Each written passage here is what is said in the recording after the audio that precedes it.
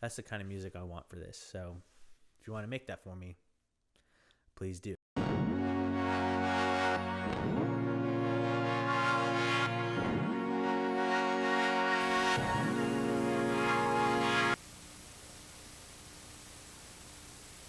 Hello and good day to you all. Welcome to Realism with Christian, a show that is passionate about the film world and all the universes within it. My name is Christian Spivey, and we're not going to catch up today because I'm introducing a new segment. It's called Realism Reviews. Today, we're going to talk about 3 films that were released recently on Netflix. And when I say recently, they were literally a week apart. So that kind of caught my attention. Another thing is that the year in the title was the year I was born, 1994. And by now, you should probably know what I'm talking about. So let's get into it. Today, we're talking about the Today, we're going to be talking about the Fear Street Trilogy. 1994, which is the first film. 1978, which was my favorite, the second film. And 1666, which was my least favorite and the third film. Netflix, I guess, acquired rights to the Fear Street books by R.L. Stein, who also wrote Goosebumps. I think it's R.L. Stein, not Steins. I do apologize. But yeah, they took his young adult novels and turned them into these horror slasher film classics that I thoroughly enjoyed.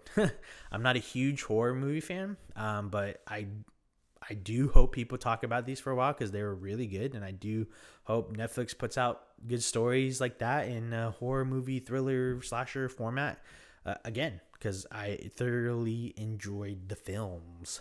I do hope James A. Janice from Dead Meat, the channel Dead Meat, the kill count is one of his segments. I really hope he covers these soon because I really want to see how they did a lot of things. I'm pretty sure I could look it up myself, but let the master do his work, That's just fine. So, James A. Janice, by all means, please do a kill count for this movie trilogy. Anyway, let's get to a review. I'll just give you a number set right off the bat so you know where I stand with it. I'll do each individual one. So 1994, I'll give you that one a solid 7.5 out of 10. I really enjoyed it. I was intrigued, and it really made me watch the second one. The second one was kind of individual, by itself kind of deal on the storytelling, because all 3 films are in the same story and universe and realm and all that, and it makes more sense when you watch it.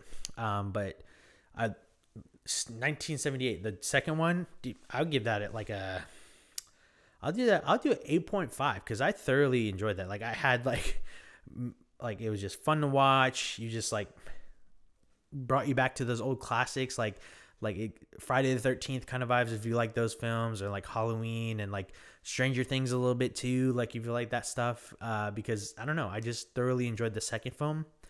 And then the third one was my least favorite. I probably say that's it made sense, and it was definitely necessary to the plot to create the film. But the first half of the film was just they could have delivered it or executed it better, in my opinion. But overall, it was not bad. I would just give that one overall a 7 out of 10. So overall, these 3 films were great. There's a lot of plot twists where I was just oh my gosh, I did not expect that. I did not expect that character to die. And I was just and in that way, and you're just whoa. I was that's kind of harsh, but it was necessary, and it was just more realistic. It wasn't let me save the dam or the dame. Sorry. Oh, excuse me. Let me just save the day. I meant to say may save the day, but I was anyway. But it wasn't a damsel, or was a damsel in distress, but it was there's nobody near her. And if they freaking save her, it would not make sense, because then that person who saves her has supersonic speed, but they didn't. But you kind of expected that in your head. But the way she went out was oh my gosh, if you can't handle blood and gore well at all, do not watch these movies. For that, if that's just solely something you don't handle. If you don't handle blood well, one, you shouldn't be watching horror films in the first place. But secondly, he's just this one will put a little rumble in your tummy, if you know what I mean. But overall, these movies were great. The storyline for how this witch plays into it, and how this town is cursed, and how the supernatural demonic feel is there, but it's not really driving the story necessarily, as far as like that's the number one thing. Because if you have like a belief system like mine, like it's just not ideal to watch anything that involves demonic presence in the film. But it wasn't heavy. It wasn't as heavy as you thought. You think it is, because that's what it's driving, but ultimately it was man relying on the demonic stuff in order for his selfish gain. So basically it was just selfish humanity causing all this mayhem, and had a hand with, the devil. And I just didn't like that part, but of course I didn't, because of my belief system. But it's like that wasn't driving the story. It was literally humans, and imperfect humans, obviously. Anyway, overall I liked them. I thought they were really cool. If you like just a good horror film every once in a while, these are definitely 3 to check out. I do not think you're going to be able just to watch one and be like, okay, I'm good. You're definitely going to want to watch all 3, just because it just like that's important to all of the story within it. The kills are really nice. Again, I would like to see the kill count feature these films on there. The actors were pretty good. I haven't seen a lot of them in anything except for like Maya Hawke, and that's pretty much it. I know there's somebody. Oh, Jillian Jacobs from Community. She's in there a little bit. And then the girl from Stranger Things. What is her name? Sadie Sink. That is her name. I had to look it up. I couldn't figure it out for the life of me, and I was sitting here for like 30 seconds. It was probably like 2 minutes, but still. Anyway, she's in there. There's some people you would recognize, but the actors are pretty solid. Like they're all fairly young. Even the older actors are really good. Like I thoroughly enjoyed and believed a lot of these characters. The character development for some of the characters were just decent, and I like how they utilized their cast, especially in the third film. Like I get what they were trying to do. It wasn't like the best decision. I felt like they could have went with another way to do it, but ultimately it made sense in the very, very end, and it pertained to the plot. So ultimately I didn't have a major issue with it, but just know that the first one is good. They start off strong and they end it pretty strong, and you're like, what is going on? And then the second one is like, yeah, let's go. This is sick. Like, and really fun slasher type films. And then the third one is just like the first half is like, oh, come on, man, what is going on? But then it picks up and it like ends the story fairly well. And I thought they did a good job. Like I never heard of the director. I don't think I know the writers as well. Like there's a whole new presence of filmmakers and crew and cast that I haven't seen much of at all. And I just thoroughly enjoyed these films.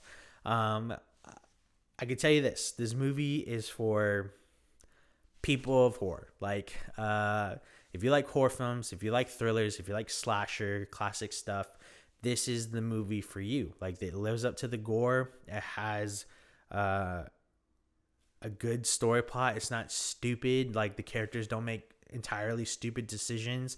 I feel like they make really realistic decisions in the film as far as like what would you do in the situation. But it's just a fun aspect. It's familiar, but it's also fresh. It has a good balance of those within it. So if that's what gets you going as far as film goes, by all means, this is for you. Who is this film not for? For the weak stomach. If you do not deal with blood well, do not watch this film. That's pretty much the only person I can think of who shouldn't watch this film. But if you enjoy good plots and you think the story is the most important thing, by all means, that drives everything coming together on why these things happen, then also for you.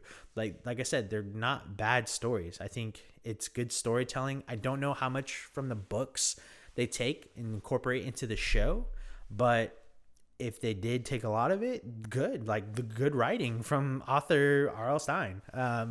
But if it's like a lot of more original and they just wanted to take the bits and pieces of it, still, I think they created a good narrative from it. Overall, enjoyable. But let me know what you thought about the film. If you've seen it. It's on Netflix. If you don't have Netflix, borrow your cousin's Netflix. If they don't have one, ask your neighbor. Because, I don't know, give them like $1 to like for like an hour and a half of, I don't know. I don't know why $1 thing. I don't think anybody would give you their Netflix password for $1 because, anyway. But that's pretty much it. This was a realism review. I tried to do it in a timely manner as best as I could, but overall, if it's lengthy, it's lengthy. If you've made it this far, thank you so much. Like, by all means. So, that's it. Later, Gator.